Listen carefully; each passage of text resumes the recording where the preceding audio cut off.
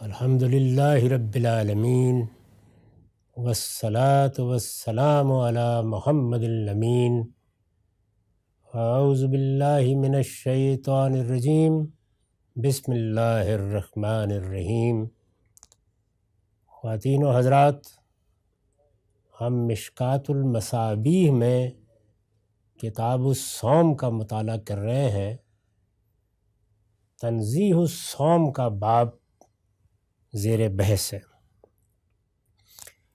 ابو ہریرہ رضی اللہ عنہ کی روایت ہے،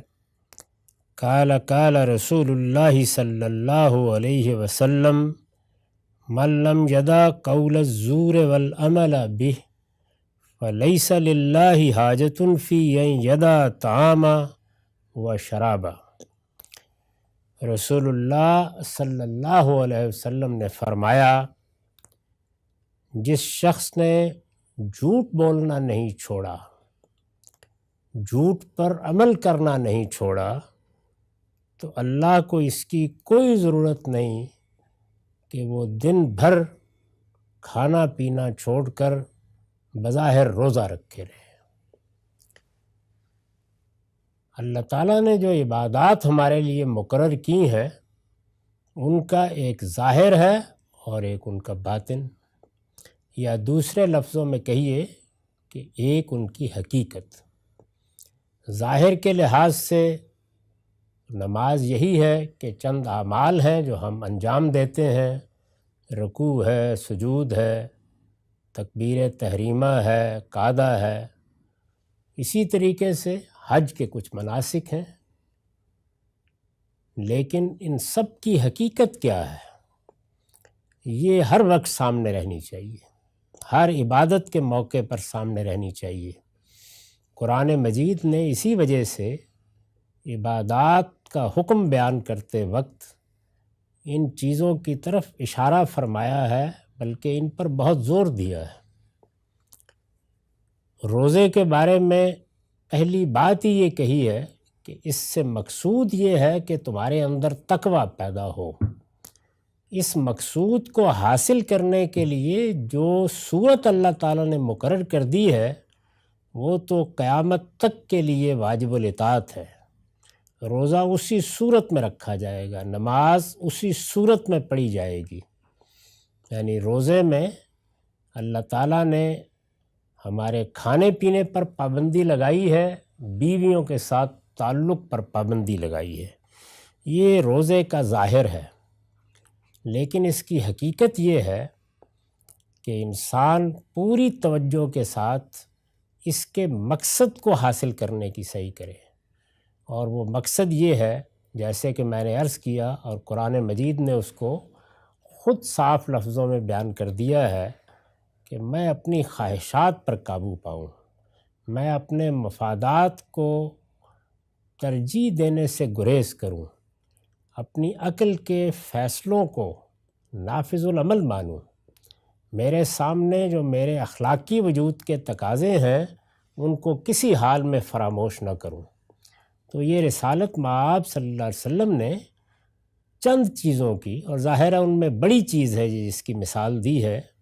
مثال دے کر واضح کیا ہے کہ آدمی سارا دن جھوٹ بولتا رہے، لوگوں کو دھوکہ دیتا رہے، جھوٹی باتوں ہی کو اپنی زندگی کا کاروبار بنا لے، کسی کے مال پر قبضہ کرنے کی سوچے، کسی چیز کو بیچتے وقت ملاوٹ کرے، کسی کو کم تول کر دے، اگر کسی چیز پر کسی کو قائل کرنا چاہے تو اس میں اپنی طرف سے بات بڑھا دے، بات ایک ہو اور اس کا بتنگڑ بنا ڈالے، لوگوں کی عزت اور آبرو پر حملے کرے. اگر غور کر کے دیکھیے تو ان سب چیزوں میں جو برائی کار فرما ہوتی ہے اور جوہر کی طرح اندر موجود ہوتی ہے، وہ جھوٹ ہے. یعنی ہم اصل میں سچائی اور صدق کو چھوڑ دیتے ہیں، وہ گفتگو میں چھوڑ دیں، دوسروں سے معاملہ کرنے میں چھوڑ دیں. اسی طریقے سے کاروبار، سیاست، معیشت کسی میدان میں چھوڑ دیں، اس کے بعد جو کردار وجود میں آتا ہے وہ کردار ہے جو یہاں زیر بحث ہے. تو فرمایا ہے کہ روزہ رکھنے والے کو یہ بڑی نیکی کا کام ہے کہ اس نے اللہ کی اطاعت کے لیے اپنی جبلتوں کے تقاضوں کو پورا کرنے پر پابندی لگا دی، لیکن یہ ظاہر ہے، اس کے باطن پر توجہ رکھنی چاہیے کہ رمضان کے مہینے میں آدمی ایسی کسی برائی کے قریب نہ جائے اور اپنی تربیت کرے کہ باقی سال میں بھی وہ ان برائیوں سے بچنے کی صحیح کرے گا، جھوٹ سے بچنے کی صحیح کرے گا، بددیانتی سے بچنے کی صحیح کرے گا، لوگوں کو فریب دینے سے بچنے کی صحیح کرے گا، ان کے حقوق تلف کرنے سے بچنے کی صحیح کرے گا، ہر وقت متنبہ رہے گا کہ اس کے ہاتھ اور اس کی زبان سے کسی کو کوئی آزار نہ پہنچے۔ تو یہ روزے کی حقیقت ہے، یہ عبادت ہم پر تقوی حاصل کرنے کے لیے فرض کی گئی ہے۔ اگر وہی نہ ہوا تو پھر فرمایا کہ اللہ تعالیٰ کو اس میں کیا پڑی تھی کہ اپنے بندوں کو خواہ بخواہ اس سے روک دے کہ نہ وہ کھائیں گے، نہ پئیں گے، نہ بیویوں کے قریب جائیں گے۔ اس سے ایک مقصود پیش نظر تھا، اگر وہی بندے نے حاصل نہیں کیا تو اللہ تعالیٰ کے ہاں اس طرح کے روزے کی کوئی وقت نہیں ہے۔ وعن عائشہ قالت کان رسول اللہ صلی اللہ علیہ وسلم یقبل و یباشر وہو صائم وکان املککم لعربہ۔ سیدہ عائشہ ام المومنین کی روایت ہے،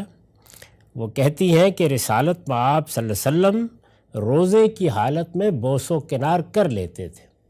یعنی یہ کوئی ناجائز چیز نہیں ہے۔ جس چیز سے روکا گیا ہے وہ کھانا پینا ہے اور بیویوں کے ساتھ تعلق قائم کرنا ہے۔ بوس و کنار پر کوئی پابندی نہیں ہے۔ جس طرح سے ایک آدمی روزے کی حالت میں منہ دھوتا ہے، کلی کرتا ہے اور اس طرح کے معاملات کرتا ہے تو اس سے روزے کو کچھ نہیں ہوتا،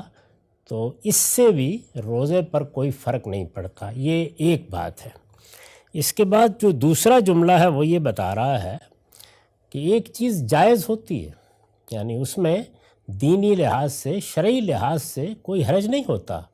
تاہم اس کا اندیشہ ہوتا ہے کہ اس جائز چیز کے بھی اگر آدمی قریب جائے گا